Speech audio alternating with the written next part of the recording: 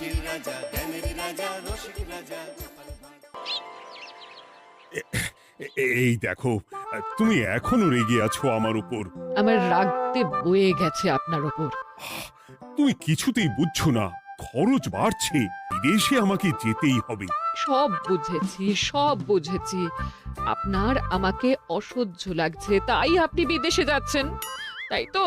তুমি আমায় ভুল বুঝছো, রাজ্য চালাতে অর্থের প্রয়োজন আছে। কেন এতদিন রাজ্য বুঝি চলছিল না? এতদিন যেভাবে চলছিল সেভাবেই চলবে।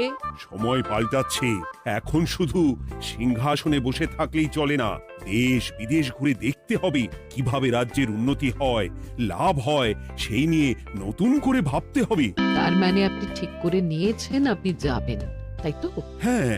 আর যতদিন আপনি না থাকবেন এখানে কি হবে ভেবে দেখেছেন মহারাজ? কে সামলাবে সব?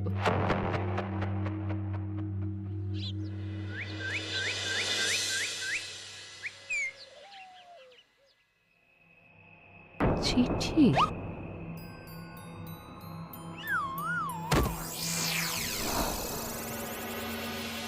আমি অনেক ভেবে দেখলাম, আসলে এসব সিংহাসন, ক্ষমতা, প্রতিপত্তি অর্জন করা আর রক্ষা করার জটিলতার চেয়ে বাকি জীবনটা শান্তির সাথে বনে কাটিয়ে দেওয়াই ভালো। বলছি সবই তো বুঝলাম, কিন্তু এই শান্তিটা কে? মহারাজ সন্ন্যাসী হয়ে গেলেন আর এসব নিয়েও তুমি ভাড়ামি করছো গোপাল? ও মা গো, এবার কি হবে? চিন্তা করবেন না রানীমা, কৃষ্ণনগরকে আমি আমার বুক দিয়ে আগলে রাখবো। আপনার ছাতির মাপটা ঠিক মতো জানেন তো মন্ত্রী মশাই? মানে ওই গোটা কৃষ্ণনগরকে কি আপনি আপনার বুকের মধ্যে আগলে রাখতে পারবেন? গোপাল! মার্জনা করবেন মন্ত্রী মশাই। আমি বলছিলাম কি, ওইসব আগলে টাগলে রাখার আগে ওই ভালো করে খুঁজে দেখুন সব। মানে কি বলতে চাইছো কি তুমি? মহারাজকে খুঁজে বার করুন মন্ত্রী মশাই, লোক পাঠান, তিনি হয়তো এখনো বেশি দূর যেতে পারেননি। এটা কিন্তু ঠিক বলেছে গোপাল, তাকে একবার যদি খুঁজে পাই আমরা। আপনি চিন্তা করবেন না রানীমা, আমি এক্ষুনি লোক পাঠাচ্ছি। আর গোপাল, রানীমাকে বিশ্রাম নিতে দাও, যাও এখন। যত সব।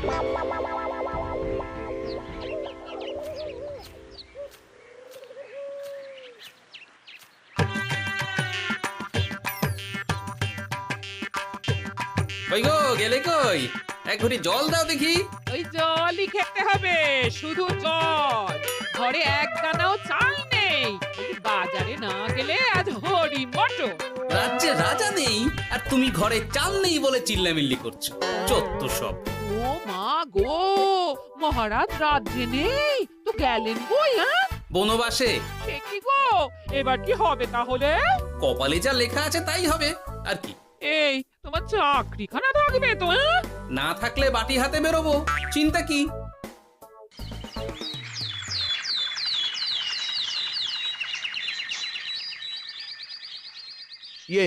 মহারাজ যখন নেই তখন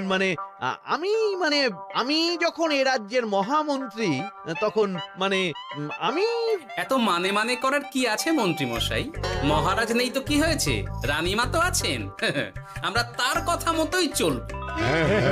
গোপাল একদম উচিত কথা বলেছে। হ্যাঁ, আমিও তো তাই বলছিলাম। মহারাজ যখন নেই তখন রানীমার নির্দেশ মতোই তো আমাদের সামলাতে হবে সব। কতদিন আর আগলাবে গোপাল? আজ নয় কাল এই শর্মাকেই বসতে হবে এই সিংহাসনে। যতদিন পারি ততদিন তো চেষ্টা করতেই হবে মন্ত্রী মশাই।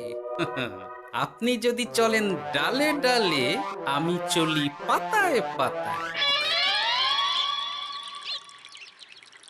রাজা মশাই আছেন? আমি অনেক দূর থেকে আসছি।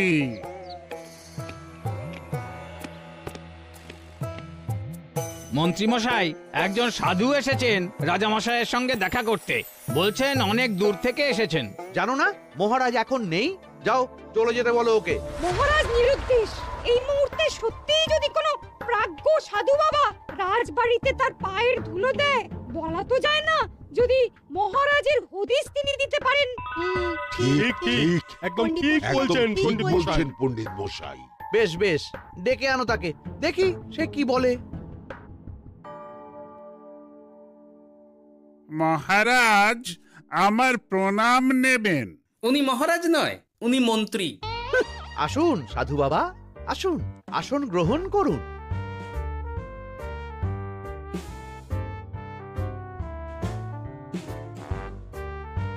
এ কি করলেন সাধু বাবা? এটা তো মহারাজের সিংহাসন। আপনার জন্য আমি অন্য আসনের ব্যবস্থা করে দিচ্ছি, আপনি বরং সেখানে বসুন। ওহ, রাজাই যখন নেই তখন তার সিংহাসনে বসতে ক্ষতি কি? আপনি কি করে জানলেন মহারাজ নেই? বুঝলে না, সাধু বাবা যে অন্তর্যামী গোপাল। এবার কি হবে? উনি যদি বলে দেন মহারাজ কোথায় আছেন, তাহলে তো আমার আর বাবা পণ্ডিত মশাই, আগেই ওরকম হামলে পড়বেন না।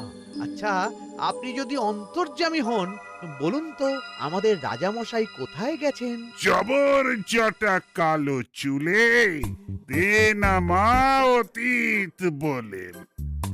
বুম! মহারাজ বনবাসে গেছেন। এটা যখন বলেছেন সাধু বাবা, তাহলে মহারাজ এখন কোথায় আছেন সেটাও নিশ্চয়ই আপনি বলে দিতে পারবেন। গোপাল, সব বিষয়ে নাক গলিও না তো তুমি। ঠিক ঠিক আছে, রাজা মশাইকে নিয়ে চিন্তা হওয়া তো খুবই স্বাভাবিক, কিন্তু গোপাল, রাজা মশাই বনবাসে গেছেন, তাকে আর সংসার মায়ায় বাঁধা ঠিক কাজ হবে না। এ আপনি কি বলছেন সাধু বাবা? মহারাজ না থাকলে রাজ্য চলবে কেমন করে? নতুন রাজা নির্বাচন করতে হবে। এই তো খেলা জমে গেছে, একে দিয়েই কাজ হবে মনে হচ্ছে। সাধু বাবা, এসব নিয়ে নয় পরে আলোচনা করা যাবে। এই কে আছো? সাধু বাবার পা ধুইয়ে দাও ভালো করে। না, বিষয়টা ঠিক সুবিধের মনে হচ্ছে না। আহা মন্ত্রী, করেছ কি? আমি সাধু মানুষ, এত খেতে পারি কি? ও বললে হবে না সাধু বাবা, আপনার জন্য নিজে দাঁড়িয়ে থেকে মহারাজের খাস হালুই করকে দিয়ে রাঁধিয়েছি সব। এ দেখুন না একটু, অমৃত অমৃত। বেশ বেশ, এত করে বলছো যখন, বাহ বাহ, চমৎকার চমৎকার। আমি জানি তো যে এমন খাবার আপনি আগে কখনো খাননি। তা বটে বটে, ভেবেছিলাম কটা দিন বিশ্রাম নিয়ে চলে যাব। এখন দেখছি যা আদর আতিথেয়তা শুরু করেছো তোমরা, তাতে তো মাস কয়েক কাটিয়ে না গেলে আমারই লোকসান হবে। থাকুন না, থাকুন, যতদিন ইচ্ছা থাকুন। আমার ইচ্ছা অনুযায়ী সব চললে তো ওই গোপালের জায়গায় আপনাকেই সবার মহারথী করে রেখে দিতাম চিরকাল। এসব কি বলছো মন্ত্রী? কেন, পরিকল্পনাটা মন্দ নাকি? আমি হব এই রাজ্যের নতুন রাজা, আর আপনি হবেন আমার রাজসভার প্রধান মহারথী। বটে, কাজটা খুব একটা কঠিন না। মহারাজ বনবাসে, আর আপনি নিজেই তো বললেন তাকে ফিরিয়ে আনাও ঠিক হবে না। তাহলে তা বলেছি, কিন্তু বাকি অন্যান্য সভাসদেরা আছে, তারা তো। আরে ছাড়ুন তো ওদের কথা। আকাশে হাত ছড়িয়ে আর একবার মন্ত্র পড়ে নেবেন, বলবেন এই রাজ্যের রাজা হওয়ার ক্ষমতা একমাত্র আমার মধ্যেই আছে, ব্যাস। সবাই মানতে বাধ্য। তারপর আমার একটা হিল্লে হয়ে গেলে আপনারটার ব্যবস্থাও আমি করে দেব, বুঝলেন? বুঝলাম, একেবারে জলের মতো পরিষ্কার। ব্যাস, কালই তাহলে কাজ শুরু করে দিন। বেশি দেরি করে তো লাভ নেই। বলা তো যায় না, মহারাজের যদি রানীমার জন্য মন কেমন করে, রাজ্যে ফিরে আসে, ওসব হওয়ার আগেই সেরে ফেলতে হবে সব কাজ। রাজা হওয়ার খুব তাড়া দেখছি তোমার মন্ত্রী। ওপরে ওঠার ইচ্ছা কার না থাকে বলুন তো সাধু বাবা? আর মাত্র কটা দিনের অপেক্ষা, ব্যাস। তারপরেই এই সিংহাসনের মালিক হব আমি, কৃষ্ণনগরের নতুন রাজা হব আমি। সমস্ত ধন দৌলত থাকবে আমার এই হাতের মুঠোয়। কি অত ভাবছেন মন্ত্রী মশাই একা একা? মানে কি ভাবছি তার কৈফিয়ত তো তোমায় দিতে হবে। হ্যাঁ, হিমা, ছি ছি ছি, আপনি কেন কৈফিয়ত দেবেন? আপনার মুখ দেখলেই তো বোঝা যাচ্ছে যে আপনি কি ভাবছেন। তাই বুঝি? তা বলো দেখি কি ভাবছি আমি। আপনি ভাবছেন ওই কৃষ্ণনগরের সিংহাসনের কথা। শুনে ফেললো নাকি সব? আপনি ভাবছেন আমাদের মহারাজের কথা, তাকে কিভাবে ফিরিয়ে আনা যায় সেই কথা, তাই না? মহারাজকে যে আর ফিরিয়ে আনা যাবে না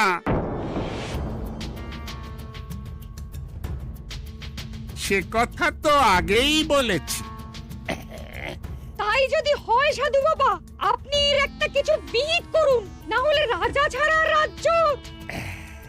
ঠিক বলেছ, রাজা রাজ্য, নুন ছাড়া তরকারি, আলো ছাড়া দিন, জল ছাড়া জীবনের মতো। তাই যত দ্রুত সম্ভব নতুন রাজা নিয়োগ করা দরকার। কিন্তু এ বিষয়ে সিদ্ধান্ত নেওয়ার আগে রানীমার সাথে কথা বলা জরুরি। তার চেয়েও জরুরি একটা কাজ আগে করা দরকার। কিসের কথা বলছেন মন্ত্রী মশাই? গোপালের বহিষ্কার। এ আপনি কি বলছেন মন্ত্রী মশাই? একে রাজা মশাই, তার মধ্যে গোপালের মতো বিচক্ষণ মানুষকে রাজসভা থেকে বহিষ্কার করলে তো রাজ্যেরই ক্ষতি। এটাই হচ্ছে সমস্যা। এই কক্ষে যার যেটা কাজ নয় সে সেটা নিয়ে বেশি চিন্তিত। তুমি বিজ্ঞানে মন দাও, রাজকাজ আমার দায়িত্ব। তাহলে এরকম সিদ্ধান্ত নেওয়ার আগে সবার সাথে আলোচনা করা দরকার। কোনো দরকার নেই, আমি যা বলেছি তাই হবে। রাজ্যের ব্যয়ভার বাড়ছে, এই মুহূর্তে কোনো ভাঁড়কে অযথা বেতন দিয়ে পোষার কোনো মানে হয় না। তাই গোপালেরও কাল থেকে রাজসভায় আসার কোনো দরকার নেই। সবই আমি বুঝতে পারছি মন্ত্রী মশাই। বেশ, আপনি যখন বলছেন, এই আমার শেষ দিন রাজসভায়, চলি সবাই, ভালো থাকবেন।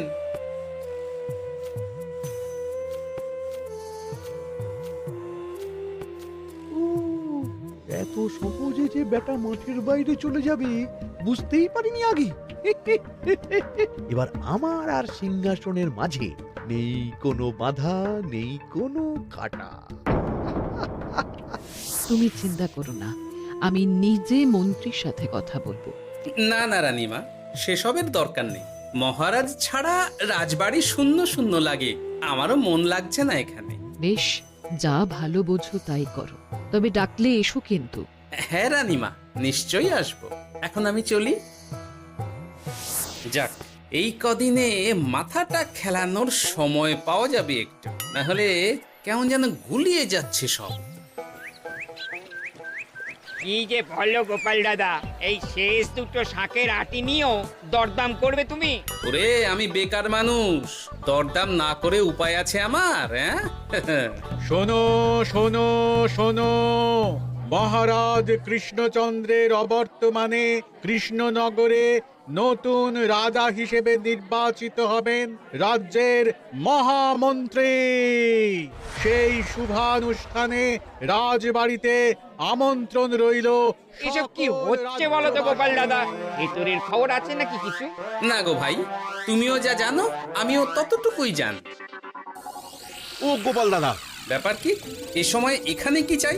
রানীমার জরুরি তলব, এখনই ওই রাজবাড়ি যেতে হবে তোমাকে। কিন্তু আমার যে বাজার হয়নি এখনো। আরে ওসব বাজার টাজার পরে হবে, তুমি এখন আমার সাথে চলো তো। মন্ত্রীকে আমি বিশ্বাস করেছিলাম, ও যে এইভাবে বিশ্বাসের সুযোগ নেবে আমি একদম বুঝতে পারিনি। আমাদের এক্ষুনি অন্যান্য সভাসদদের সাথে কথা বলা দরকার রানীমা। কারোর সাথে কথা বলার দরকার নেই রানীমা, আমি নিজেই চলে এসেছি আপনার সাথে কথা বলতে। এখানে কি জন্য এসেছো গোপাল? রানীমার কান ভাঙাতে? বাহ, আপনি সবার মাথা মুড়িয়ে সিংহাসন কবজা করতে পারেন, আর আমি রানীমাকে সেই সত্যি কথা জানাতে পারি না? চুপ, ভুলে যেও না আমি কৃষ্ণনগরের হবু রাজা। মুখ সামলে কথা বলবে আমার সাথে। এসব কি হচ্ছে মন্ত্রী মশাই? রাজা মশাই নেই, সেই সুবাদে এ কি শুরু করেছেন আপনি? আমায় আপনি ভুল বুঝবেন না রানীমা, আমার হয়ে যা বলার সাধু বাবাই আপনাকে বুঝিয়ে বলবে সব। উনি আর কি বোঝাবেন? কতদিন এসেছেন উনি, কি জানেন এই রাজ্যের বিষয়ে? সাধনা মা, সবই সাধনা। সাধনার জোর থাকলে সবকিছুই জানা যায়। ভূত ভবিষ্যৎ অতীত সব। সেই জোর থেকেই বলছি মা, মন্ত্রীর কপালে আমি জ্যোতি দেখতে পাচ্ছি। মন্ত্রী যদি রাজ্যের রাজা হয়, এ রাজ্যের উন্নতি কেউ ঠেকিয়ে রাখতে পারবে না। আপনাদের একটা কথাও বিশ্বাস করি না আমি, এসব আপনাদের ষড়যন্ত্র। এ আপনি ভুল করছেন রানীমা। যা হোক, যে কথা আমি বলতে এসেছি, রাজা যখন আমি হচ্ছি তখন তো আমাকে এই প্রাসাদেই থাকতে হবে, ফলে আমার স্ত্রীকেও এখানে এসেই থাকতে হবে। সে তো আর একা থাকতে পারবে না, তাই আপনি যদি এই ঘরটা ছেড়ে দিতেন। কিন্তু মন্ত্রীমশাই, তুমি কি বলছো মন্ত্রী? এখানে না থাকলে রানীমা থাকবেন কোথায়? আর আমি তো এমন কোন বিধান দিইনি যে রানীমাকে অন্যত্র পাঠাতে হবে। সবকিছুর জন্য তো আপনার বিধান দরকার নেই সাধু বাবা, এ আমার নিজের বিধান। আমি রাজা হব, আমার স্ত্রী রানী হবে, তারও তো অধিকার আছে রানীর মতো থাকার, রানীর মহলে থাকার। আপনার ব্যবস্থা আমি অন্যত্র করে দেব রানীমা, আপনি কিচ্ছু ভাববেন না। হাজার হোক আপনি আমাদের প্রাক্তন মহারাজের স্ত্রী বলে কথা। কি বলো গোপাল?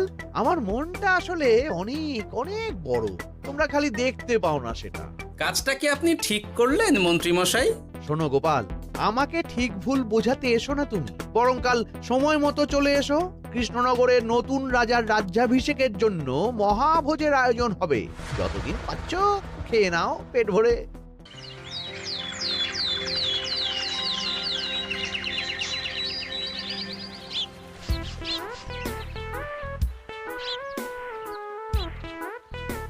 আরে এগুলো আবার কি পরে আছে এখানে?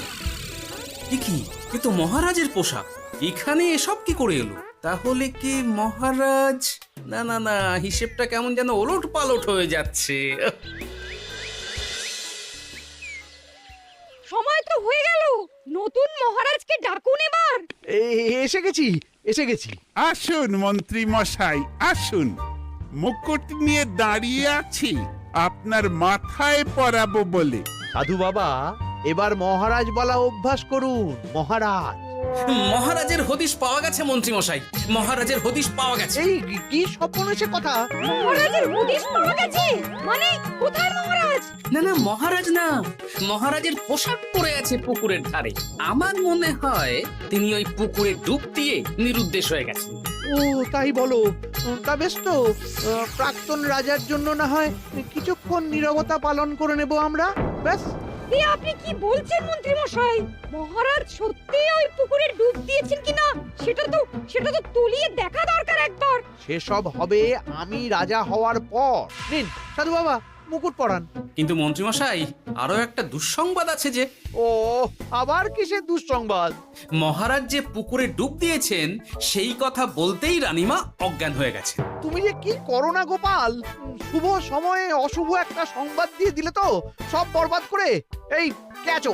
গ্রেফতার করো গোপালকে। তার আগে তোমায় গ্রেপ্তার করা হবে।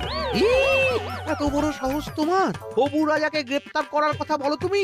আজ তোমার একদিন কি আমার একদিন। কিসের হবু রাজা? আমি কৃষ্ণনগরের আসল রাজা। হ্যাঁ, আমি। কি মহারাজ, আপনি? হ্যাঁ, আমি। অনেক দিন ধরে তো তোমার বাড়বাড়ন্ত দেখলাম, আজকে খেলা শেষ। কিন্তু গোপাল, রানী কোথায়? কেমন আছে সে? এক্ষুনি তার কাছে আমাকে নিয়ে চলো। রানীমা ভালোই আছে মহারাজ, কিচ্ছু হয়নি তার। কিন্তু তুমি যে বললে রানী অজ্ঞান হয়ে গেছে। এটুকু মিছে কথা না বললে যে আপনার লুকোচুরি খেলাটা এত সহজে শেষ হতো না মহারাজ। লুকোচুরি বটে, কিন্তু তুমি বুঝলে কি করে এত সব? প্রথম সন্দেহটা হলো যখন রানীমাকে অন্যত্র রাখার কথা বলতেই আপনি বিচলিত হয়ে উঠলেন, তখন। তারপর পুকুর পাড়ে আপনার পোশাক, ব্যাস এটুকুই, আর কিছু নয়। আর প্রথম দিন রাজসভায় এসেই সোজা সিংহাসনে চড়ে বসা, ব্যাস। একে একে 2 আর 2 এ 2 4 করে ফেললাম। তারপর মনে হলো রানীমার প্রতি টান ফিরিয়ে আনতে পারে আপনাকে আপনার আসল রূপে। তাই এই মিছে কথা। অধমের অপরাধ মার্জনা করবেন মহারাজ। গোপাল, তোমার তুলনা নেই। কিন্তু মহারাজ, আপনি কেন এই ছদ্মবেশ নিয়েছিলেন তার আসল উদ্দেশ্যটা কিন্তু এখনো আমার কাছে পরিষ্কার হয়নি পুরোটা। আসলে আমি পরীক্ষা করছিলাম, বুঝলে, কিসের পরীক্ষা মহারাজ? যে আমার অনুপস্থিতিতে কেই রাজ্য চালাবে তার পরীক্ষা। এবং আমি ঠিক করেছি যে কদিন ব্যবসার কাজে আমি বাইরে থাকবো ততদিন রানীর পরামর্শ মতো সমস্ত কিছু সামলাবে গোপাল।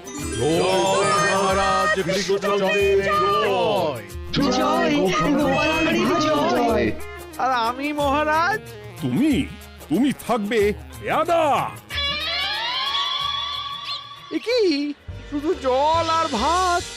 আগেই বলেছিলাম বেশি বেরো না, বেরো না, রাজা হবেন। এখন খাও খাও, জল ভাত খাও। চেষ্টায় তুমিও আমাকে ভুল বুঝলে গিন্নি। হাসির রাজা জ্ঞানের রাজা রসিক রাজা